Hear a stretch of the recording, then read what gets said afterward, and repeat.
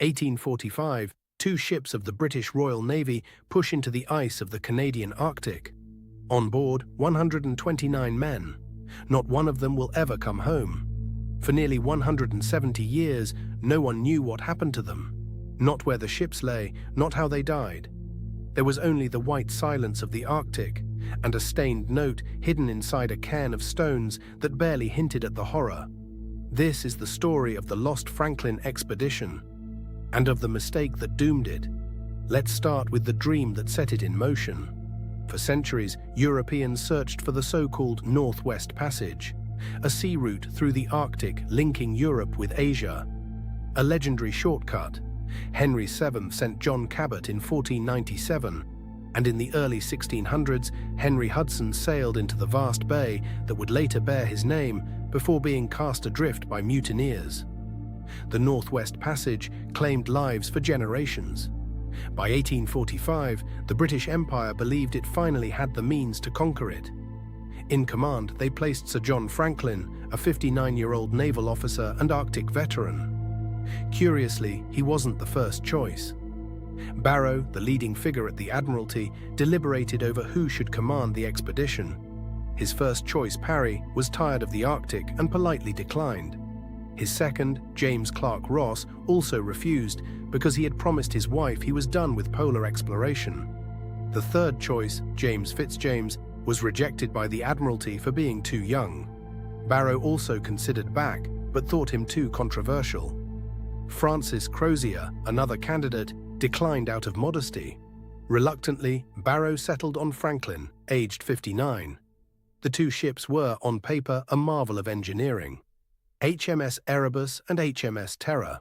Originally designed as bomb vessels under sail, they were built to be extremely tough. For the 1845 expedition, each was fitted with iron plating on the bow and given a steam engine and a propeller capable of driving the ships at 4 knots. Their interiors were also heated to fight the winds and outside temperatures of 40 degrees below zero. They carried provisions for years. The ships held 3 years of supplies, though Franklin believed they could be stretched to 5 with careful planning.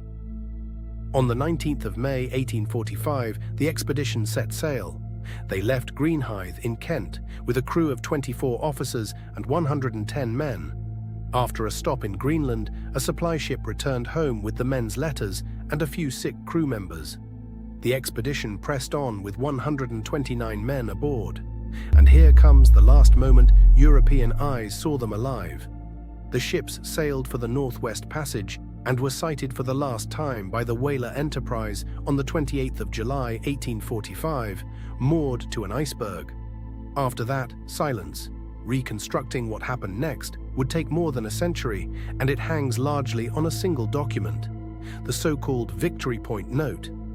It's really 2 messages, written a year apart, on the same sheet of paper. The first, from the spring of 1847, ended with 2 underlined words, "All well." But by then, here is what we know. The expedition wintered on Beechey Island in 1845 to 46 and sailed down Peel Sound in the summer of 1846. The ships became trapped in the ice in September 1846. According to Crozier and Fitzjames, the ships were abandoned on the 22nd of April 1848. Between those 2 dates lies the second message, scrawled in the margins of the same note. And its tone changes everything. On the 11th of June 1847, Sir John Franklin died aboard HMS Erebus. By April 1848, conditions had deteriorated badly. The second note stated that a total of 24 officers and crew had died to date, and that, now under the command of Captain Francis Crozier, the 105 survivors had deserted their ships, planning to head for the Back River. The written record ends there. Everything else is reconstruction. The survivors set out on a desperate march on foot across ice and frozen land, dragging loaded boats toward the mainland. Not one of them made it. The research indicates the men split into groups at some point after April 1848, some surviving longer than others, but all ultimately dying of starvation, scurvy, exposure, physical exhaustion, and chronic illness. When rescue expeditions finally came, they came too late and along the wrong paths. There were many fruitless search and rescue operations, yet nothing was learned of the crews until nearly 20 years later, when the explorer John Ray learned from the Inuit that the expedition had ended in the loss of the ships and their crews. And this is where the story turns darker and more uncomfortable for Victorian England, because the Inuit, who knew that land, had seen things. In the 1850s, British searchers interviewed several Inuit on King William Island, and they described the crew's incredible suffering, which included cannibalism. The reaction in England was flat denial. These claims caused outrage in England, and the stories were dismissed.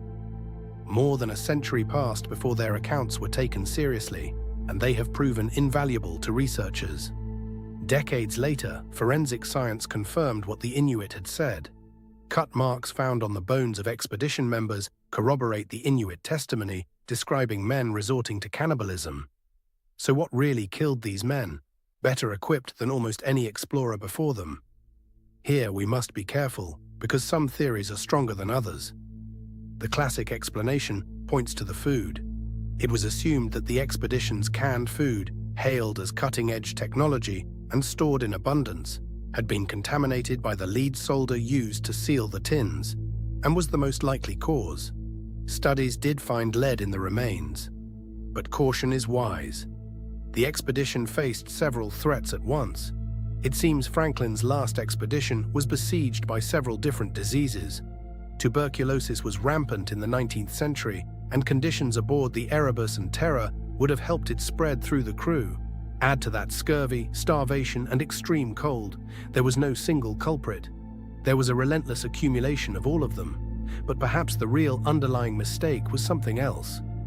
Overconfidence. The expedition's very preparation masked its fragility. The engines added weight, but were nearly useless in frozen seas. The heating systems failed. They carried silver tableware and a library of more than 1,000 volumes. What they perhaps lacked was humility before an environment that other peoples, the Inuit, knew how to inhabit. And here comes the final twist of this story. For nearly 170 years, the ships remained lost. The British Navy launched the largest search operation in its history and found nothing, until someone finally decided to listen. In the 2010s, the mystery of what had happened to the two ships was solved. A combination of research into Inuit oral histories, the ongoing work of modern explorers, and the use of high-tech underwater equipment located first the Erebus in Queen Maud Gulf in 2014, and then the Terror in Terror Bay in 2016. One of the key breakthroughs came from an Inuit hunter. Sami Kogvik, an Inuk hunter and member of the Canadian Rangers who joined the crew of the Martin Bergman, recalled an incident 7 years earlier when he had found what looked like a mast sticking out of the ice. Both ships were exactly where the Inuit had said they would be. And there lies the real unraveling of the myth.